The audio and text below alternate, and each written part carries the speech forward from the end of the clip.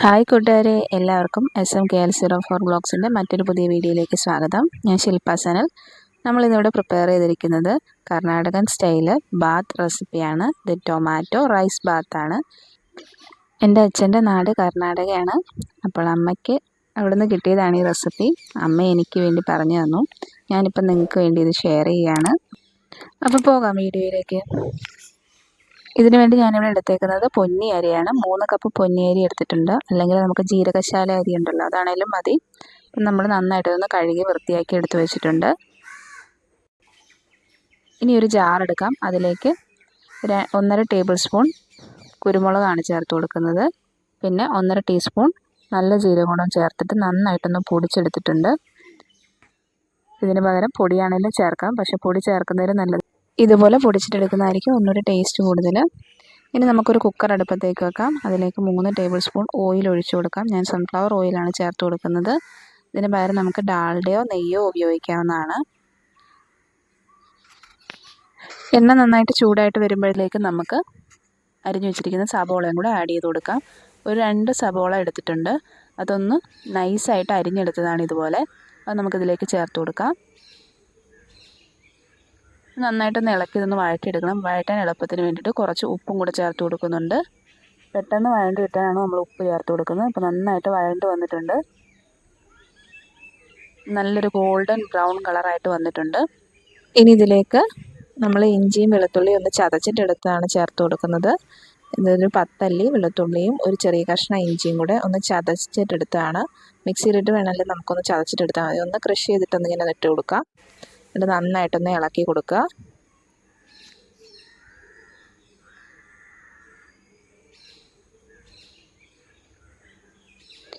ഇനി ഇതിലേക്ക് നമ്മൾ നേരത്തെ പൊടിച്ചു വെച്ചിട്ടുള്ള കുരുമുളകും ജീരകം പൊടിയും കൂടെ നമ്മളിതിലേക്ക് ആഡ് ചെയ്ത് കൊടുക്കുകയാണ്. എന്നിട്ട് അത് നന്നായിട്ട് മിക്സ് ചെയ്തിട്ടെടുക്കണം. നന്നായിട്ട് വഴറ്റി ഇതിൻ്റെ പച്ചമണം മാറുന്ന രീതിയിൽ നന്നായിട്ടൊന്ന് വഴറ്റിയെടുക്കണം. ഇനി ഇതിലേക്ക് നമ്മൾ ചേർക്കുന്നത് ചിക്കൻ മസാലയും ഗരം മസാലയും മഞ്ഞൾപ്പൊടിയും കൂടെ ചേർത്തിട്ടാണ് ഇടുന്നത്.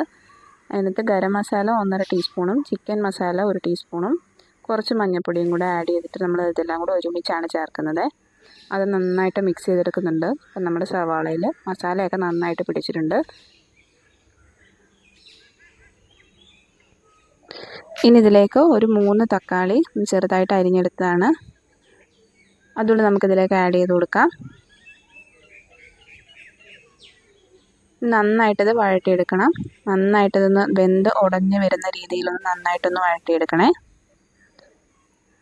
ഇനി ഈ ടൈമിൽ നമ്മുടെ ഈ വീഡിയോ ആദ്യമായിട്ട് കാണുന്ന കൂട്ടുകാരുണ്ടെങ്കിൽ നമ്മുടെ ഈ ചാനലൊന്ന് സബ്സ്ക്രൈബ് ചെയ്യാനും ഈ വീഡിയോയ്ക്ക് ഒരു കുഞ്ഞ് ലൈക്ക് ചെയ്യാനും പിന്നെ നിങ്ങളുടെ ഫ്രണ്ട്സിനും റിലേറ്റീവ്സിനൊക്കെ ഈ വീഡിയോ ഒന്ന് ഷെയർ ചെയ്ത് കൊടുക്കാനും മറക്കരുതേ. അങ്ങനെ നമ്മളെ സപ്പോർട്ട് ചെയ്യണേ. നമുക്ക് ലഞ്ചിനോ ഡിന്നറിനോ ഒക്കെ പെട്ടെന്ന് പ്രിപ്പയർ ചെയ്തിട്ടെടുക്കാൻ പറ്റിയൊരു റെസിപ്പിയാണ്. കറിയൊന്നും ഇല്ലെങ്കിലും നമുക്കിതിന് കുഴപ്പമില്ല. ഇച്ചിരി തൈരോ അല്ലെങ്കിൽ അച്ചാറും ഒക്കെ കൂട്ടി കഴിക്കാൻ പറ്റും. അല്ലെങ്കിൽ ഒരു സലാഡാണെങ്കിലും മതി.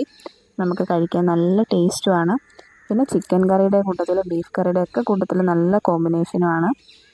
ഇപ്പം നമ്മുടെ തക്കാളിയൊക്കെ നന്നായിട്ട് വഴണ്ട് വന്നിട്ടുണ്ട്.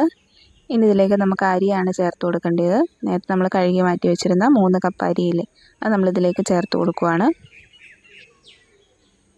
തക്കാളി സവാളയൊക്കെ വഴണ്ട് കഴിയുമ്പോൾ നമ്മൾ മീഡിയം ഫ്ലെയിമിലിട്ടിട്ട് വേണം അരി ചേർത്ത് കൊടുക്കാനായിട്ട്. ഇപ്പം നമ്മൾ അരി മുഴുവനായിട്ട് ചേർത്ത് കൊടുത്തിട്ടുണ്ട്. ഇനി നന്നായിട്ട് മിക്സ് ചെയ്ത് കൊടുക്കണം.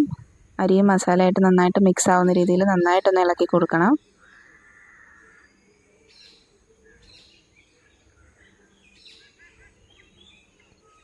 ഇനി 1 കപ്പ് അരിക്ക് 2 കപ്പ് വെള്ളം എന്നുള്ള അളവിലാണ് നമ്മൾ ഒഴിക്കുന്നത്. പിന്നെ അരിക്ക് മീതെ നമ്മുടെ വെള്ളം ഒഴിച്ചു കൊടുക്കുന്നത് നിൽക്കണം.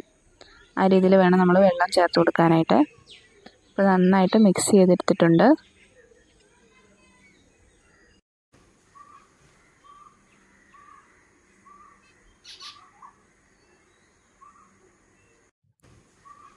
മൂന്ന് കപ്പ് അരിയാണ് ഞാനിവിടെ എടുത്തേക്കുന്നത്. 3 കപ്പ് അരിക്ക് 6 ഗ്ലാസ് വെള്ളമാണ് ഞാനിവിടെ ഒഴിച്ചു കൊടുക്കുന്നത്. നമ്മൾ ഏത് കപ്പിനാണോ അരി അളന്നെടുക്കുന്നത് ആ കപ്പിന് തന്നെ ആയിരിക്കണം വെള്ളവും കൂടെ അളന്നൊഴിക്കാനായിട്ട്. അപ്പോൾ വെള്ളം ഒഴിച്ചതിന് ശേഷം നന്നായിട്ടൊന്ന് മിക്സ് ചെയ്ത് കൊടുക്കുക. അരിക്ക് മീതെ വെള്ളം നിൽക്കുന്ന രീതിയിലാണ് വെള്ളം ഒഴിച്ചു കൊടുത്തേക്കുന്നത്. ഇനി ഇതിലേക്ക് ആവശ്യമായിട്ടുള്ള ഉപ്പും കൂടെ നമുക്ക് ചേർത്ത് കൊടുക്കാം.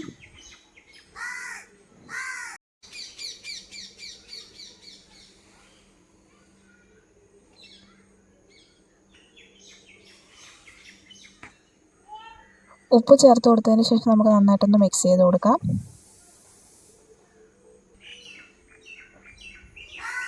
ഇനി ഇതിലേക്ക് 1 ടീസ്പൂൺ ഓയിലും കൂടെ ഒഴിച്ചു കൊടുത്തിട്ട് അതൊന്ന് നന്നായിട്ടൊന്ന് മിക്സ് ചെയ്ത് കൊടുക്കണം. എന്നിട്ട് ഇനി ഇതിലേക്ക് അവസാനമായിട്ട് നമുക്ക് കുറച്ച് മല്ലിയിലയും കൂടെ ആഡ് ചെയ്ത് കൊടുക്കാം. മല്ലിയിലയും കൂടെ ആഡ് ചെയ്ത് കൊടുത്തതിന് ശേഷം നമുക്ക് കുക്കർ അടച്ചു വെക്കാം.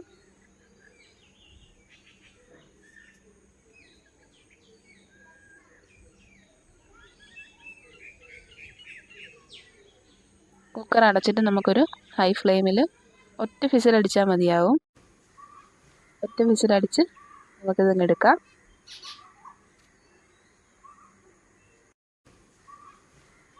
ഇപ്പോൾ കുക്കർ ഒരു വിസിലടിച്ച് കഴിഞ്ഞിട്ട് ആവിയെല്ലാം പോയി കഴിഞ്ഞിട്ട് നമ്മളിപ്പോൾ തുറന്നതാണ്. നല്ല ടേസ്റ്റി ആയിട്ടുള്ള ബാത്ത് റെഡി ആയിട്ടുണ്ട്. നമുക്കിനി സെർവ് ചെയ്ത് വെച്ചിരിക്കുകയാണ്. നല്ല ഈസി ടേസ്റ്റി ആയിട്ടുള്ളൊരു റെസിപ്പിയാണ്. കുട്ടികൾക്കൊക്കെ സ്കൂളിൽ ലഞ്ചിന് കൊടുത്തു വിടാൻ പറ്റിയൊരു ഐറ്റവും കൂടെയാണ്. ഒരു കച്ചമ്പർ മാത്രം മതിയാവും നമുക്കിത് കൂട്ടി കഴിക്കാനായിട്ട്. പിന്നെ ചിക്കൻ കറി ബീഫ് കറിയൊക്കെ ഉണ്ടെങ്കിൽ സൂപ്പർ ടേസ്റ്റ് ആയിരിക്കും. അപ്പോൾ എല്ലാവരും പ്രിപ്പയർ ചെയ്ത് നോക്കുക. നമ്മുടെ വീഡിയോ ഇഷ്ടമായാൽ ലൈക്ക് ചെയ്യാനും ഷെയർ ചെയ്യാനും കമൻറ്റ് ചെയ്യാനും കൂടെ നമ്മുടെ ചാനൽ സബ്സ്ക്രൈബ് ചെയ്യാനും മറക്കരുത്. അപ്പോൾ അടുത്തൊരു അടിപൊളി വീഡിയോ ആയിട്ട് കാണുന്നതിന് വരെ താങ്ക് യു ഫോർ വാച്ചിങ്.